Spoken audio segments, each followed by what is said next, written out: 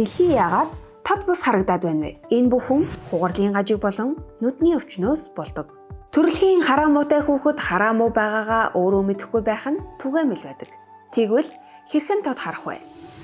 Харах үйл явц бол гэрэл нүд рүү орж фокуслагдах процесс юм. Гэрэл зөв фокуслахгүй бол бид бүдэгхэн хардаг. Энэ бүхнийг хугарлын гажиг гэж нэрлэдэг бөгөөд голчлон дөрвөн төрөлтэй байдаг. Нэгдүгээр холын хараа муу буюу миопи. Ойр байгаа дүрсийг фокуслно, хол байгаа дүрст фокус орохгүй. Ийм нүд хэд сунсан байдаг. Гэрлийн туяа фокусын цэгийг онохгүй бүрсэн.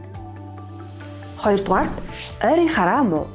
Хол байгаа дүрс фокуст орно, ойр байгаа дүрс фокуст орохгүй. Ийм нүд богино байдаг. Гэрлийн туяа фокусын цэгийг онохгүй ард нь тусдаг.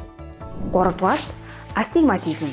Астигматизм эмгэгтэй хүмүүст хол ойрын бүх зүйлс бүдэг, сарнсан харагдана. Энэ нь эвэрлэг бүрхүүлийн хэлбэр жигэд дугуй хэлбэртэй биш байх үед тохиолддог. Дөрөвдүгээрт настай холбоотой ойрын харааны алдагдал. 40-оос дээш настай хүмүүст ойрын зүйлсийг уншихад хэцүү болох нь түгээмэл тохиолддог. Учир нь нас ахих тусам нүдний бодлор, уян хатан чанараа алдаж эхэлдэг. Өөрт таарсан харааны шил зүүх нь хамгийн энгийн бөгөөд аюулгүй арга юм. Хэрв та бүдэг харж байгаа бол нүдний эмчэд үзүүлж өөрт хамгийн тохиромжтой шийдлийг олоорой.